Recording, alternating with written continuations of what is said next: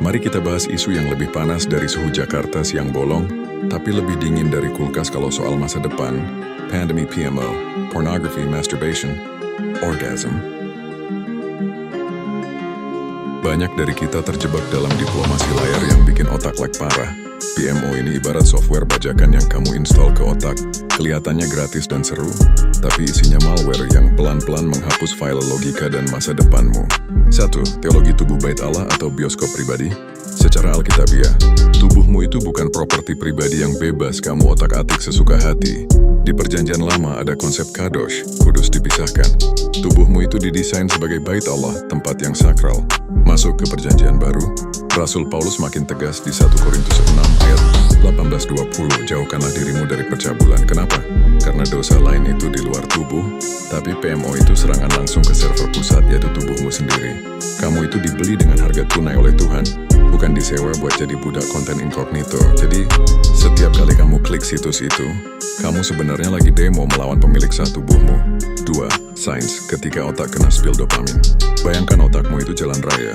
Dopamin adalah mobil yang lewat. Normalnya mobil lewat satu-satu asyik.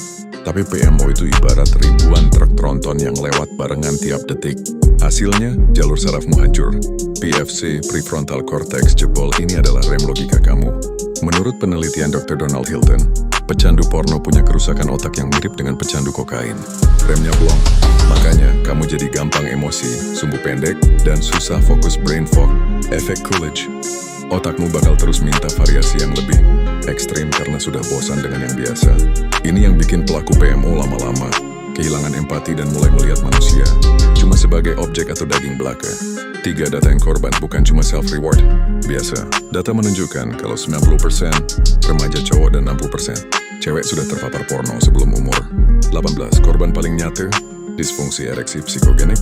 Banyak anak muda fisik oke, tapi mesin mati total pas ketemu pasangan sah nanti karena otaknya cuman bisa connect sama layar, bukan manusia asli.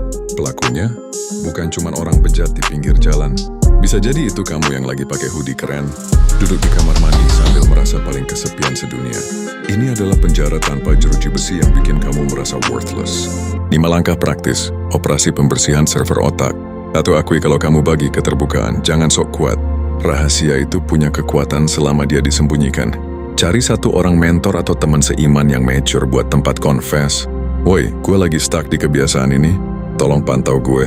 Begitu rahasia di-spill, kekuatannya hilang setengah. 2. Pasang firewall berlapis. Jangan kasih celah buat iblis atau algoritma. Pasang filter konten di HP seperti Covenant Eyes atau Blocker X. Matikan HP 1 jam sebelum tidur. Kalau dorongan datang, jangan dilawan pakai mikir karena PFC-mu lagi lemah. Tapi langsung lari, pindah ruangan, mandi air dingin, atau lari keliling kompleks. 3. Rewiring otak, cari dopamin sehat. Otakmu butuh dopamin, itu fakta. Tapi jangan kasih micin PMO. Kasih makanan sehat seperti olahraga intens, belajar instrumen musik, atau jualan online. Aktivitas yang butuh effort bakal memperbaiki sirkuit otakmu yang rusak secara perlahan. 4. Ingat investasi masa depan, visualisasikan dirimu 5-10 tahun lagi. Kamu mau jadi orang yang hebat dan penuh wibawa, atau orang yang tatapan matanya kosong karena otaknya sudah meleleh? Ingat, setiap kali kamu tahan godaan, kamu lagi upgrade kualitas dirimu sebagai calon pasangan dan pemimpin masa depan. 5. Grace and persistence. Jangan langsung delete akun. Kalau kamu jatuh, relapse, jangan langsung putus asa dan bilang, gue emang sampah. Itu strategi setan buat bikin kamu menyerah sekalian. Bangkit lagi. Proses recovery itu butuh sekitar bulan buat otak benar-benar reset. Anggap ini sebagai maraton, bukan sprint. Pesan moral hari ini, jangan jadi Pilatus buat dirimu sendiri yang cuci tangan atas kerusakan otakmu. Kamu punya kuasa buat bilang tidak. Ingat, kebahagiaan sejati itu ada di hubungan nyata, bukan di piksel layar yang nggak bisa peluk kamu balik pas kamu lagi sedih. Roh Kudus menolong kamu. Kontak Pastor Elroy untuk konseling dan doa. Tuhan Yesus memberkati.